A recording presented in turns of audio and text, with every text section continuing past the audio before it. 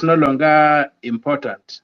From your own struggle, you saw that when you go to the street, that's when the things shifted. Even the president coming on the X space was a result of what you did on the street. When you stormed the parliament, there was an uprising across the country. If you had done that on social media, nobody would have taken attention. Nobody would have paid attention. Senator, allow me to correct you. Yes. It was the social media and Hello? the social space and the digital space that led to Yes? that. So Just repeat somebody, I missed you. You said allow me. Okay, Senator, just continue. Catch kindly. If you want to speak, you'll raise up your hand. Please, let us have decorum and order. So Senator, we continue. must look at some foundational stages. The sabasaba thing was responsible for removing Article 2A, which allowed multipartyism, which escalated into the clamor for a new constitution, which allowed the new constitution, which gives us the human rights that allow us to go out and do what you did and hold people accountable. Although that is still not available in terms of application, sometimes the law enforcement does not uphold the constitution, and many issues are done in violation of the constitution. The street for me remains the ultimate arena. Even when you go for elections, you go on the street to convince people that you have an agenda, and you sell it to people, whether you are cheating them, whether you mean it, but you go on the street and look for votes. So let us look at everything in terms of what value they bring to the struggle. It's not a narrative, it's not a single story. The struggle is an anthology. It's a collection of stories, a collection of efforts. All sound to differ that sometimes the people are targeted and injured are sellouts or automatically become sellouts. It's not necessary. Some people have died, people have lost lives. And in this country, right from the likes of Mekatilili Wamenza, when you come down to Mora, you come down to Akinahari Tuku, you come down to the Mau Mau, you come down to the various liberations, you come down to where we are today. Kenyans have lost life to achieve progress. Kenyans have had to stand up to the monster, face it in open daylight, and move the thing forward. Even so, in very developed countries like the US, wherever, when things become difficult, people go on the street to express their dissatisfaction with governance and other issues. So let us value the tools that we have, and let us not drop any of the tools we have. Let us use all the tools we have, depending on what the circumstances are. That's all that I'll pray. But I'm very happy that the Kenyan spirit of resisting, of fighting back, which begins with the likes of Mekatilili Wamenza, is still alive even in your generation. Every generation in this country has stepped forward and said no to oppression, no to exploitation, and no to bad governance in all its forms. And I'm very happy with what you have achieved. I'm very happy with what you have done. Sellouts will always be there. And if you look at some of us, at one point, we began being man solo, began acting alone, because you could not know whom you are going to battle with. You could not give your back to anybody because you didn't know whether he was an agent, whether he was looking for relevance or whatever. And so that will always be there. It should not demobilize us. It should not frustrate us. Just continue. If there are people who want to go for sabasaba, it's an important milestone in the history of this country, and it has been marked all along. Those who are there saw what kind of violence more you could unleash. The same violence which we thought we had overcome. We saw it again on the streets the other day being unleashed by our security forces. And I think going forward, we need now to, as a people, you need to understand that one thing is very important. Politics is how things are done. I've sat in parliament for close to 2 years now. I've always, all along I've been I have not been able to enter parliament. And it's a space that needs to be occupied in terms of not protesting as a protester. I protested, we brought those pigs, even the word MPigs, we are the ones who coined it with the Kinabodi Mwangi. But now you come to get inside and realize that you need more people with conviction inside parliament than we have today. Because parliament is a very powerful tool, but when it lands in the hands of people who are just self-seekers, who have no convictions, who have nothing to stand out with, it becomes a problem. When you come back to the finance bill, I began fighting the finance bill in 2018. I filed a petition number 253 of 2018. At that time, I don't know those who remember, but there was a time in this country when goods could disappear around budget reading time.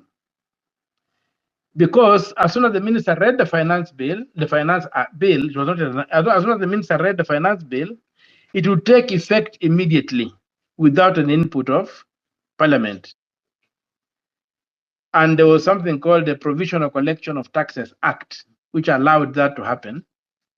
That then parliament would come back later, sometime in September, October, to rubber stamp what the executive had done. I went to court to challenge that kind of arrangement whereby the executive was taxing Kenyans without the input of the legislature. Remember the Boston Tea Party? Remember the Boston Tea Party, where the clarion call was that there was no taxation without representation. So it's the representatives who really tax. It's parliamentarians who tax. The executive only proposes, and the legislature does the taxation, because because the budget is an act of parliament called an appropriation act, which must be introduced in parliament, approved by parliament, and signed into law by the president. It's parliament which ultimately taxes Kenyans. The executive only proposes. So when the finance bill was being enacted without Kenyans, without representatives taking charge, the executive was basically taxing people without representation. And so the court agreed with me. It quashed that thing and required that the finance bill must be tabled in parliament in a certain period, be subjected to public participation, and be approved. And that's how now we realize we are now where we are today, that you have had a chance to engage with the finance bill and fight it. Last year, when I went to court to challenge the finance bill, not many people understood what I was doing. Not many people came up. But I'm happy with what the media did, what people on social media have done with this particular finance bill, and got the entire population of Kenya to understand that they were being scammed, that they were being robbed. And so going forward, we need to use this space, as you have it, to escalate our protest, to include professional interventions in sectors that are hurting us. We have a beautiful constitution, which we need to implement. And for me, one of the areas of implementing this constitution is by reviewing our legal framework. There are very many laws that are being applied on Kenyans, which are against the Constitution of Kenya, 2010, and need to be looked at and corrected. And if people would volunteer and engage in that space and say, okay, these are the laws of Kenya, how do they compare to the Constitution, and ferret out and expose those which are unconstitutional, we'll be very grateful. We need to look at our loans that have been borrowed. I've seen the president has put up this task force, which is unconstitutional, to say that it's going to look at the various things. We need to reject those kind of things and insist that things are done. Let the Auditor General tell us, first of all, why she has not been auditing the budget all this time, yet the Constitution requires that auditing the public debts. The Constitution requires that to be done. If you look at the report of the Auditor General, an average report of the Auditor General, it's basically PR. Although occasionally you get some complaint about this and that, but largely it's PR. When I engaged with when I go to the Senate and I had the opportunity to formally engage with the Auditor General's reports from across the country, and especially from Busia, knowing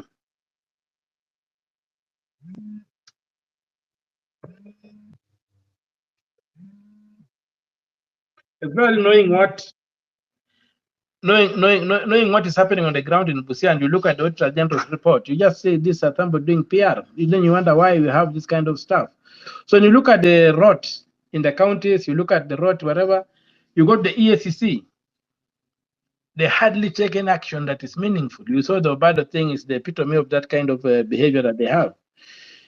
You get the DPP when you had the NYS scandals, money was lost through budgeted corruption.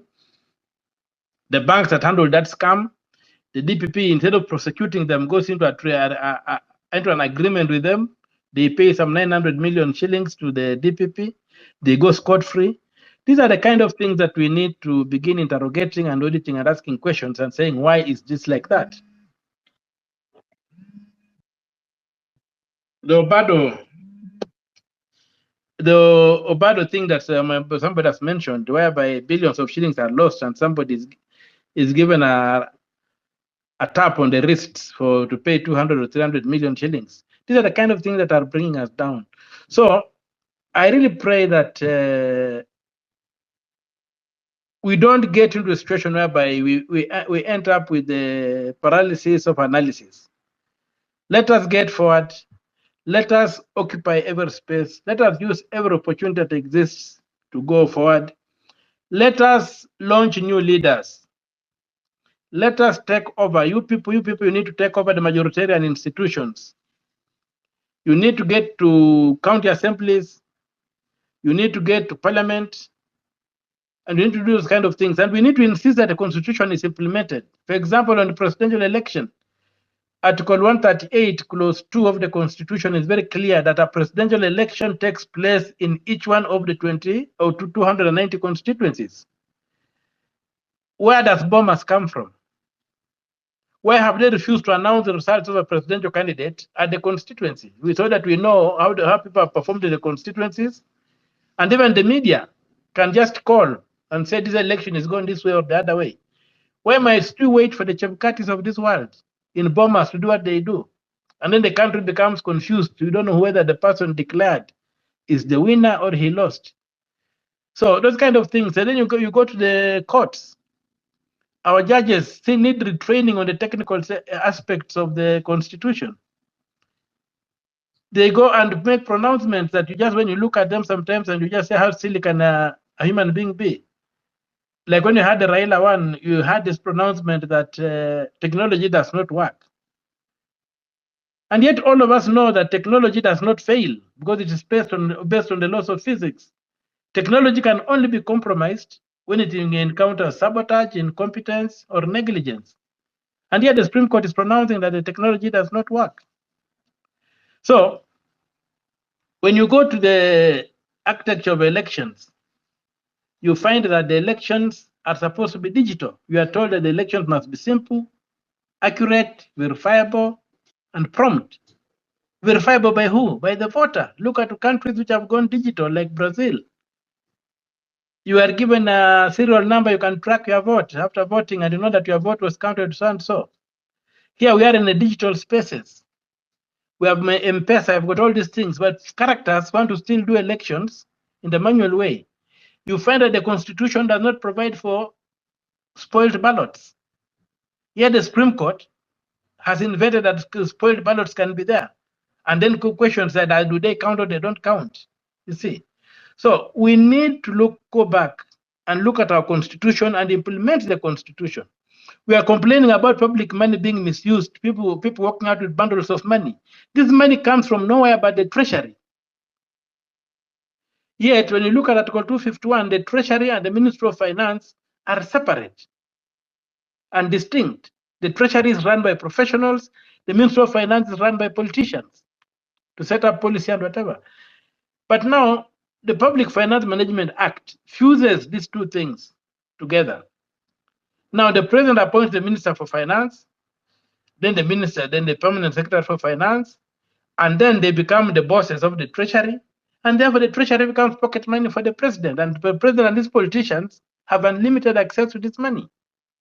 That's why they go about pronouncing themselves that we shall do this, we shall do that, as if there was no budget in parliament saying that in this financial year, public money will be used in this way.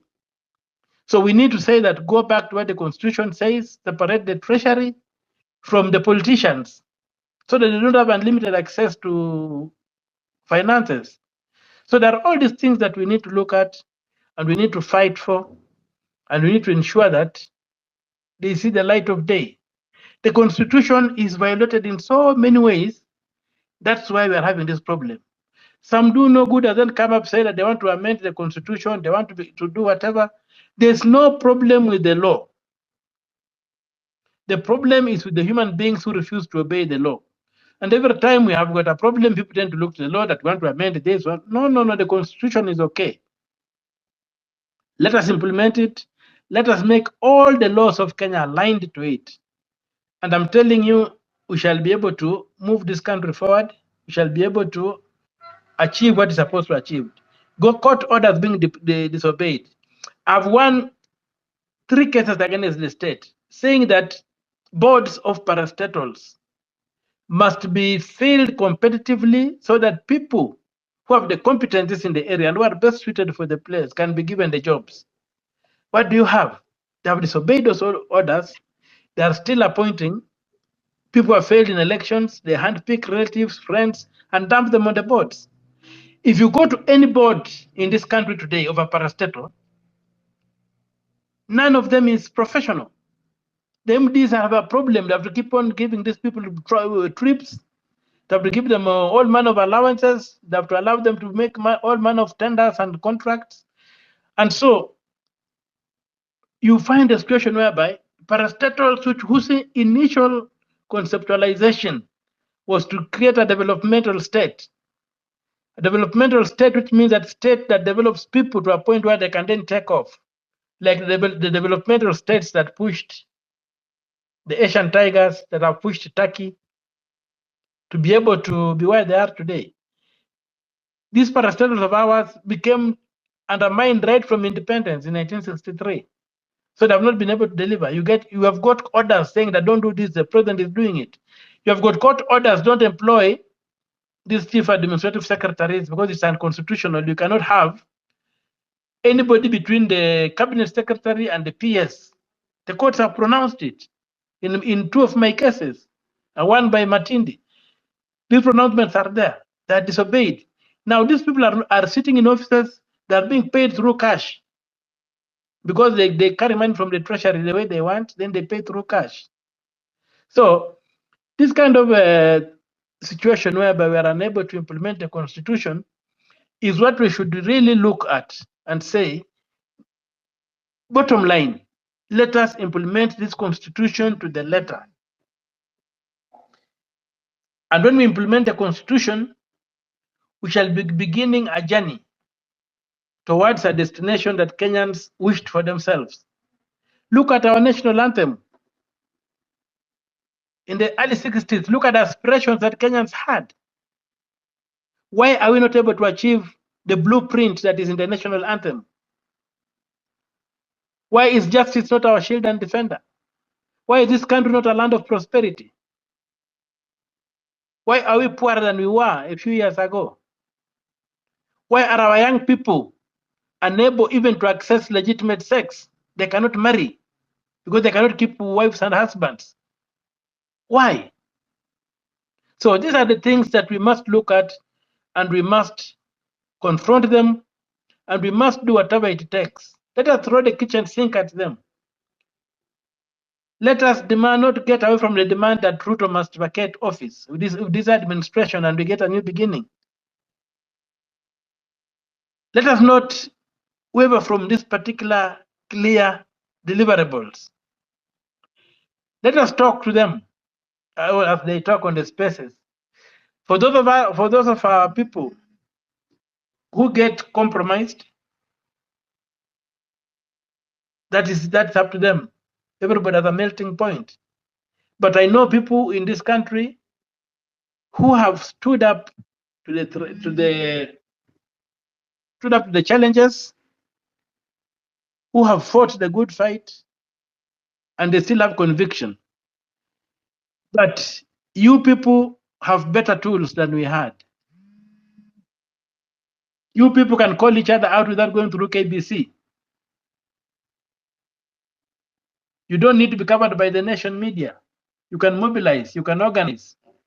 And please mobilize, organize, get registered as voters. As we've pushed that the ID should be used as a voting device, before we get there, get registered as voters so that you can choose the next crop of politicians. Because ultimately, politics is how things are done. Politicians are done to make decisions that affect all of us. And as Plato said, if good people don't engage in politics, they leave room for bad people to govern them. So I would really urge you young people to begin organizing among yourselves and see whom do we put where. But also you have seen young people who have been elected and they become vultures, worse than the old hyenas. So let us be able to vet our people. We know each other. You know somebody, if somebody is doing something for cash, it's very easy to tell. If somebody is doing something for conviction, it's also easy to tell. Let us have conviction. Let us also manage our lifestyle. Sometimes why people fall for these things is the kind of lifestyles they have. You get some little money, you buy a very big car, you can't run it, you must be corrupt, you must do all these funny things. And go back to the Bible. Look at the qualities of people who achieve in the struggles. Look at David. I always look at David and Goliath. David was a person of extreme faith. David was a person of great skill in terms of his sling and stuff. And David had integrity. So let us look at beyond integrity, let us look at the skills that are available. You have talked about education. Education must not remain for the rich. Kenya has got enough wealth to make education from nursery school to graduate to the first degree to be taxpayer funded. I don't use the word free. Free education is not like free education. A taxpayer funded education can be realized in this country. There's no reason why MPs should be given so much money in terms of bursary, governors bursary, MCS bursary, who bursary. Why? Those monies are the people which have bribed politicians and compromised them. So let us take that money away from individuals. Let politicians who are in the legislature legislate and oversight and appropriate and represent. They should not execute. Let those who are elected to be executors execute under the supervision of legislators, because this illicit money, they become slush funds, are the problem of this country. We are wasting so much money, we are losing so much money, and we are not able to govern this country the way it is supposed to be governed. Some courses are useless. Who said that divinity is useless? Who? All courses are important. Let us give the people a chance to study everything that they can study on earth. Let us open up to new ideas. Let us open up the young people to come and do what they can be. Because unless we do that, we are going to end up in more and more difficult situations. And I'm very, very happy that you young men and women came out in the manner you did. You're able to document most of your struggles. In our time, we did not have these smartphones and whatever, so you could hardly get proper documentations. We were beaten up, we were done whatever. Personally, I don't have 10 teeth in my mouth. My skull was broken up in 2 places, plastic there. But we had to continue fighting because we knew that others had paid a higher price. There are people who went to the grave because they went to the streets, because they demanded that Kenya can be a better place. The same demand that you are making, let us do that. Let us come out in our numbers, and ultimately, let us not ignore the Kenyan street. Be it in elections, get out in your numbers. Register as voters. Make decisions. Be it at public participation forums, get out in your numbers. Make the public participation realistic. And if you are ignored, get up in your numbers the way you did the other day and went on the street and pushed the bar and went over the top. But finally, let us look critically at how power is acquired in this country. And I go back to chapter 7, which addresses elections. The standard of elections in Kenya is no longer free and fair. After the 207 clashes around elections, we had a Kriegler Commission. After that, we had the Constitution, and our Constitution requires a tamper-proof election. Free and fair, the talk of free and fair elections are not in the architecture of our Constitution. A tamper-proof election, an election that is done in real time, an election that concludes at the constituency, where we know who have been elected, the MCA, who has been elected member of National Assembly, who has been elected women rep, who has been elected governor, who has been elected senator, who has been elected president in that constituency. Then if those offices that require further aggregation can be done, like the county offices and the presidency. But taking coming up with bombers should never happen. Bombers should never happen. Let us have the digital election that is anticipated. Let it be possible for somebody in Mombasa to vote in Moyale without having to travel to Moyale to vote. Let it be possible to have our results announced within minutes. There's no reason why we should take so long to have the results announced. If things are done digitally, it will be instant. And the good thing with the digital platforms is that even if they are compromised and somebody puts an algorithm which can corrupt things, those who know how to look at these gadgets will just simply look in a matter of moments and say there was this thing which was interfering with the results. Remove the algorithm and the correct results come. So let us go digital. We have gone digital in money. We transact billions of shillings every day in this country digitally. There is no reason why the politicians are blocking us from having digital elections in this country where the cream can rise to the top. What we are having right now, the cream cannot rise to the top. Only rubbish rises to the top. And in very, very rare occasions, do you get the cream rising to the top. And that's the crisis we have. The crisis of representation. We shall only cure that crisis of representation when we embrace digital elections that will be able to make it impossible for human hands to interfere and go scot-free. So I pen off by saying thank you very much. I'll continue listening. I usually listen in these groups, sometimes through friends' notes, but you people are making a lot of progress. Don't be discouraged. Don't be discouraged. The struggle is not a walk in the park. Even if you remain a single person, go ahead. When I fought for the National Theatre in 1994, everybody feared. I made a demonstration that I was alone. I made a one-man demo along the streets of Nairobi. I was arrested. I was locked up. I came out through a hunger strike. So let us not worry about the numbers. Even if just one person comes out, that's important. So thank you very much. Thank you very much. Continue the struggle. Alusha continua. We are all together. Personally, I'm ready to be led by these young people. And the visions you have are visions some of us may not even understand, because you have grown up in a totally different environment. You've had an education that is largely broader than some of us have had. And personally, I'm ready to be led by you guys. And let us get it done. We want our country back. Please, Gen Z, the millennials, help us get it back. In every generation, it's the youth who go to war. Even in Ukraine right now, it's the young people, the Gen Zs and the millennials who are on the front line fighting Russia. So get us out of Babylon, get us back to the promised land. Thank you very much.